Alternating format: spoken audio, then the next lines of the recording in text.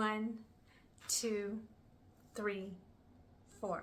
Hi, I'm Suzette with Celestial Experiences. Thanks for joining me again. I am picking up from the last couple of recordings that I did for the Burnout series.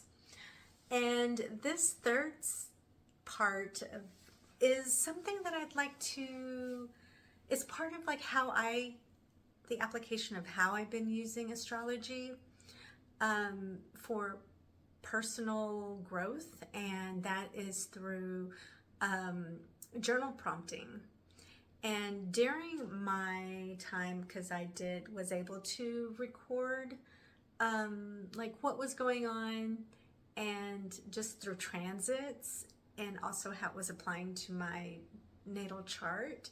But I also was still learning a lot of the basics for like really learning, because I feel like was needing to refresh, honestly, because it's been a little bit, and especially I have been so interested in getting more into the techniques and applications that I started studying archetypes more. But anyway, what I'm trying to tell you is that journaling was something that helped me reflect upon the meanings of my chart. You know, how do I do this? How do I become who I want to be, and be honest and true to myself, as I'm also listening to my heart, you know, and trying to like use my whole body to connect with my truth. And so one way to do that is through journaling, and it's part of like a meditation practice that I had started. I didn't realize I was doing this, but I would just like really deep dive into these like really long thoughts about like, what am I doing, you know? And the sun is definitely one that I'm looking at my journal, that there's a few in and outs that I would look at. And like sometimes I'd be just randomly writing, you know, all of my, what the heck am I doing? And kind of I'm lost type of words. And then I would go in and start like really like bring up my chart and start writing notes and be like, what does this mean? Or, you know, how the transits hit. And so just some thoughts that came up, just as here's something that came it was on a morning, things that were coming up. It's like, oh, okay. I was looking at my sun and thinking about what I could be doing that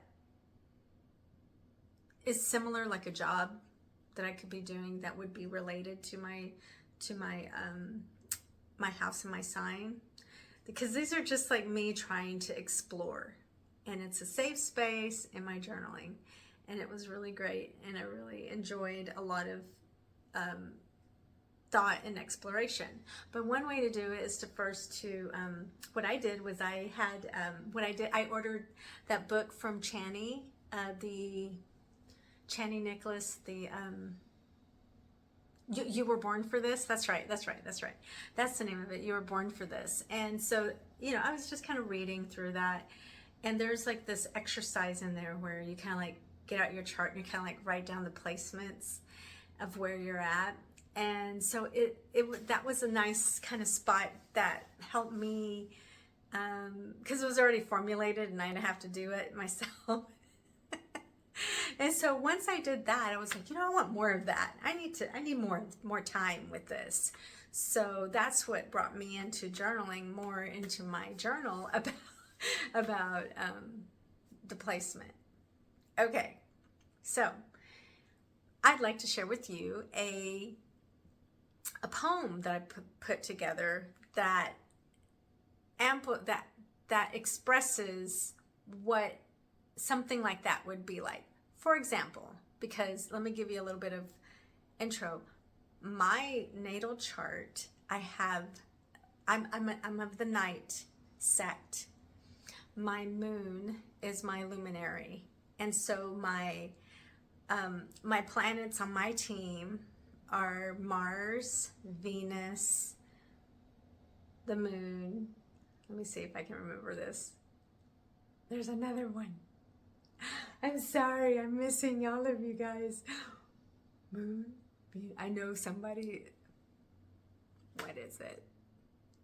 Okay, let me say that. Okay, let's do the day. The daytime is Saturn, Jupiter, the Sun. Who am I forgetting? Because there's 7 of them. All right, let's talk about the 7 planets. There's the moon, the sun, Mercury. Oh my God. The reason why I can't think of Mercury is because he's a little trickster. Or excuse me, they, them. Mercury is a trickster and it can go either way. Mercury is the first ambiguous one, like Mercury can go either way. This is why I couldn't think of it, because I was like, oh yeah, Mercury's on both teams. Anyway, nighttime set. Okay, my luminary is the moon. And so with my team, as I was saying, I'm looking out for aspects. And so these aspects with the traditional planets. So I look at that, and then I also look, because I live in modern times. I don't live way back in the, so I've got some other planets that were discovered that I can use too. So I use some of the evolutionary astrology too, that bring that in too. And so I look at the aspects that go along with that. So what is hitting my sun in the house? So my sun is in the 6th house. It's in Gemini. And I'm looking at the aspects. And there are aspects that pop out, I can go into that, but I really just kind of want to keep it basic right now and just kind of express where I'm coming from. And so as I'm like doing this discovery of what that means for me, having a Gemini sun in the 6th house, I went ahead and wrote a poem, and I would love to share with you and what Gemini in the 6th house looks like. So I hope you stick around and listen. Thanks. This is the poem I put together for Gemini, having a Gemini sun in the 6th house. Every day, wake and wake. Today I start. Today I keep on. My dreams fade from my slumber. Who will I be today? What can I change?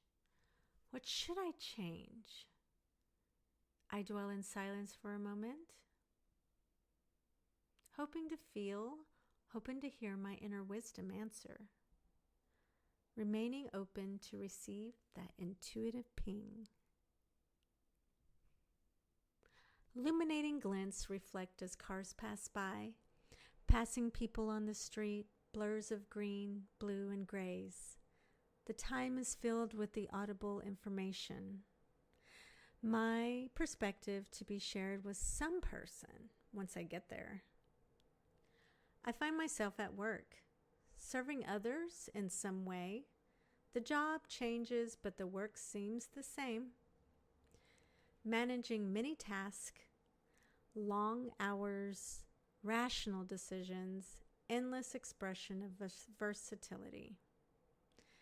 Anxiety spreads through the lungs with shallow breath. Oh, when will I have my fun? I daydream of a warm, sunny day with friends laughing and the sparkles of joy in the air, fuzzy and laughter and dance. Take care of my hands, for they serve the world as they do myself. I breathe deep and release the anxiety of my toil. A delightful heart once released from my duty just for a minute, just for one day. Furry friends oblige as the door opens. Text and missed calls to return. YouTube dispenses interesting distraction. What to eat, what to taste, anything make haste. Me time, something new, something I started. Listening, reading, breathing, and reeling, another day gone. Blessing and thanking, closing my eyes. That's an expression of like what maybe a day looks like for a Gemini sun. You know, just something light, something fun. Anyway, I hope to see you next time. Please remember to come back again and see what else is going on here on my channel. I am open for readings. I do intuitive astrology. I go through your chart and I ask for questions just to kind of get an idea, and then I work with you to channel any kind of information that you're specifically trying to find out, and that is how I work with your chart. I also do like these 15-minute vibe check readings where it's like, okay, something's coming up and I kind of want to get an idea of how to approach this. That's a great way to use that. And then also I do 30-minute readings as well, just to kind of maybe expand a little bit more on what's going on, or like there's a specific direction on what you need to reflect on.